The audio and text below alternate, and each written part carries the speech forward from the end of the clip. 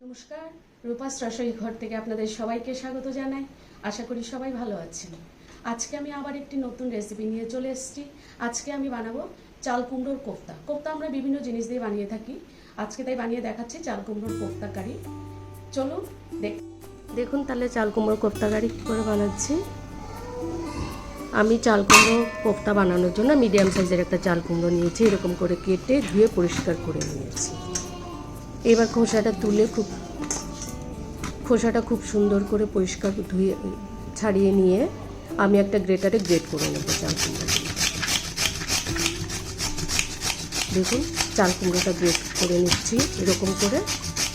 চাল কুমড়োটা গ্রেট করা আমার হয়ে যাচ্ছে।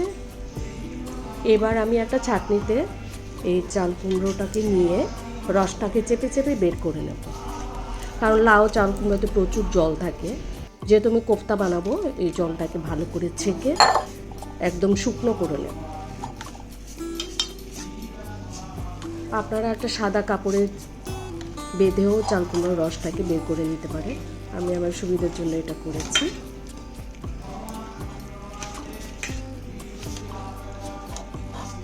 চাল কুমড়োতে প্রচুর জল থাকে। এই জলটাকে ছেঁকে ভালো করে চেপে বের করে নিয়ে এবার আমি একটা প্লেটে নিয়ে নিচ্ছি কোফতা তৈরি করার জন্য। দেখুন একদম শুকনো হয়ে গেছে আমার চাল কুমড়োটা। এবার এটাকে কিছু পেঁয়াজ কুচি, কাঁচা লঙ্কা, নুন, হলুদ, একটু বেসন দিয়ে, একটু জিরে গুঁড়ো দেবো, বেসন দিয়ে খুব ভালো করে মেখে নেব। আপনারা যদি পেঁয়াজটা স্কিপ করতে চান তাহলে সেটা করতে পারেন, তবে চাল কুমড়োর সাথে পেঁয়াজটা দিলে খুব ভালো লাগে খেতে। আমি বাকি রান্নাটা কোনো পেঁয়াজ ব্যবহার করব না। কাঁচা লঙ্কা, পেঁয়াজ, হলুদ, নুন, বেসন, একটু জিরের গুঁড়ো দিয়ে দিয়েছি আর বেসন দিলাম। বেসনটা আপনারা ইচ্ছা করলে চালের গুঁড়ো দিতে পারেন। আমি বেসনটা দিলাম, যেহেতু ডালের বেসন, এই জন্য বেসনটা দিয়ে খুব ভালো করে মেখে নরম করে কিছুক্ষণের জন্য রেখে দেব। খুব মোলায়েম করে এটাকে মাখতে হবে। এবার কোফতাটা তৈরি করার জন্য আমি গ্যাসে একটা প্যান বসিয়ে দিয়েছি। সর্ষের তেল দিচ্ছি গ্যাসে প্যানে। আপনারা ইচ্ছা করলে সাদা তেল দিয়ে করতে পারেন, তবে কোফতাটা সর্ষের তেল দিয়ে করলে খুব ভালো হবে। সর্ষের তেল গরম করে এবার দেখুন আমার কোফতাটা কত মোলায়েম হয়েছে। এই 5-10 মিনিট রেখে দিলে একটু নরম হয়ে যায় কোফতাটা। এবার আমি মুঠো মুঠো করে এই কোফতার আকারে গড়ে আমি এটাকে ভেজে নিচ্ছি।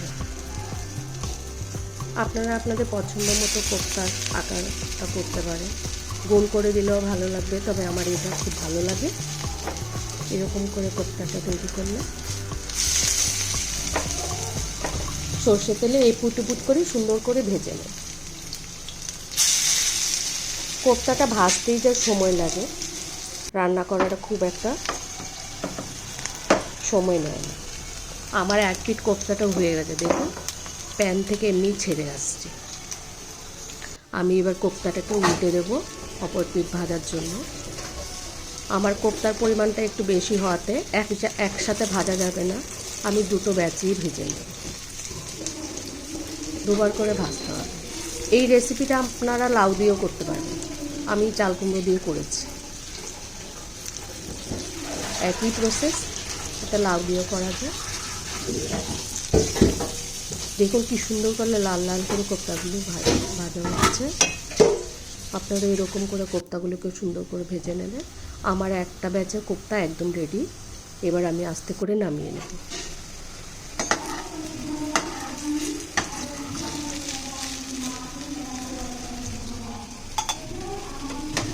পরের ব্যাচটা থেকে আমি এরকম করেই ভেজে নেব।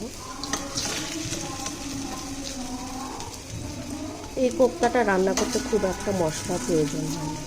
আপনারা নিরামিষ দিনেও এই চাল কুমড়োর কোফতাটা বানিয়ে খেতে পারেন। আমার সেকেন্ড ব্যাচটাও ভাজা হয়ে গেছে, এটাও তুলে নিচ্ছি।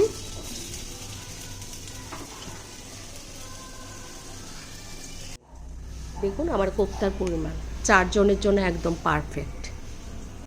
এবার আমি একটু মশলা, কাঁচা লঙ্কা আর আদা পেস্ট করে নিয়েছি একটু জল দিয়ে, এটাতে গুঁড়ো মশলা অ্যাড করে গুলে নেব।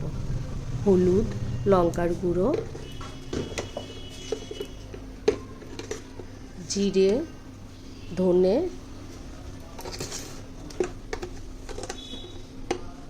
এই হচ্ছে মশলা, খুব একটা মশলার প্রয়োজন নেই। আর একটা টমেটো পেস্ট করে নিয়েছি জল দিয়ে। এ হচ্ছে আমার কোফতার মেইন মশলা।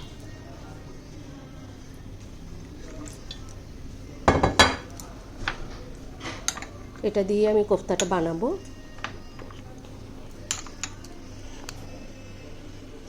এবারে গ্যাসে কড়াই বসিয়ে দিয়েছে, আবার পরিমাণ মতো সরষের তেল দিয়ে দিচ্ছি।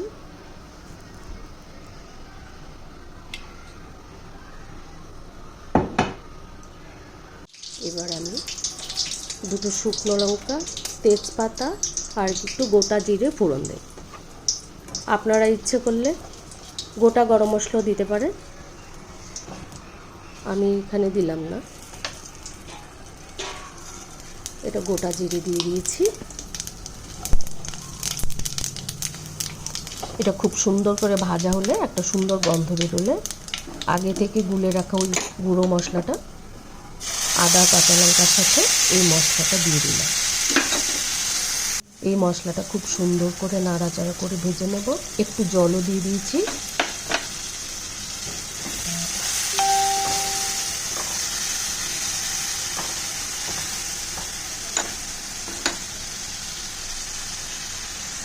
একটু নুন দিয়ে দিলাম।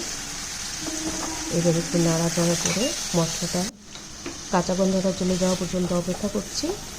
এবার দেখুন মশলাটা আমার ভাজা হয়ে গেছে। এবার যে টমেটোর পেস্টটা করে রেখেছি এই মশলাটা অ্যাড করে দিলাম। এবার টমেটোর কাঁচা গন্ধটা চলে যাওয়া পর্যন্ত একটু নাড়াচাড়া করব।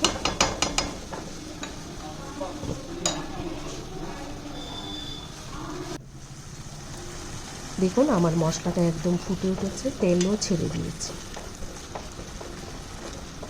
এবার নাড়াচাড়া করে আমি সবসময় ঝোলে গরম জল ব্যবহার করি। গরম জল দিলে রান্নাটা খুব টেস্টি হয়।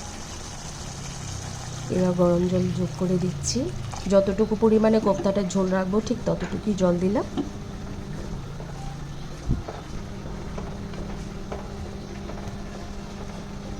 এবার ঝোলটা ফুটে ওঠা পর্যন্ত অপেক্ষা করব।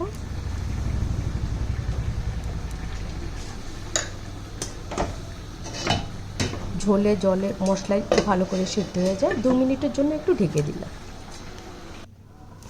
এবার ঢাকাটা তুলে নিচ্ছি। দেখুন কোফতার মশলা, ঝোলের মশলাটা একদম তৈরি হয়ে গেছে। এবার আমি আস্তে আস্তে কোফতাগুলো দিয়ে দিচ্ছি।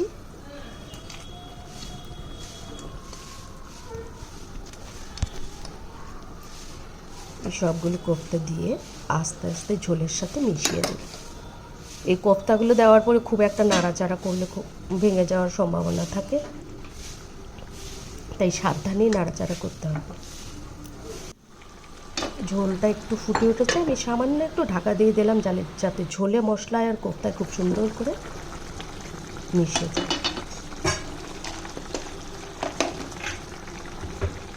এবার আমি এখানে একটু সুগার ফ্রি অ্যাড করছি। আপনারা আপনাদের পছন্দ মতো চিনি অ্যাড করতে পারেন। আমি কোনো রান্নায় চিনি ব্যবহার করি না। এবার আমি গরম মশলা দিয়ে দিচ্ছি। আমার রান্না একদম শেষের পথে। গরম মশলা দিয়ে এটা নাড়াচাড়া করে দিচ্ছি, ভেঙে যাতে না যায় একটু কড়াইটা নাড়িয়ে দিলাম। ফুটে উঠেছে একদম ঝোল, আমার কোরমার ঝোলটা একদম তৈরি। এবার একটু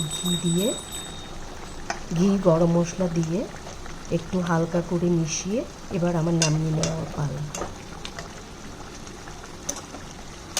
দেখুন হয়ে গেছে আমার চাল কুমড়োর কোফতা কারি।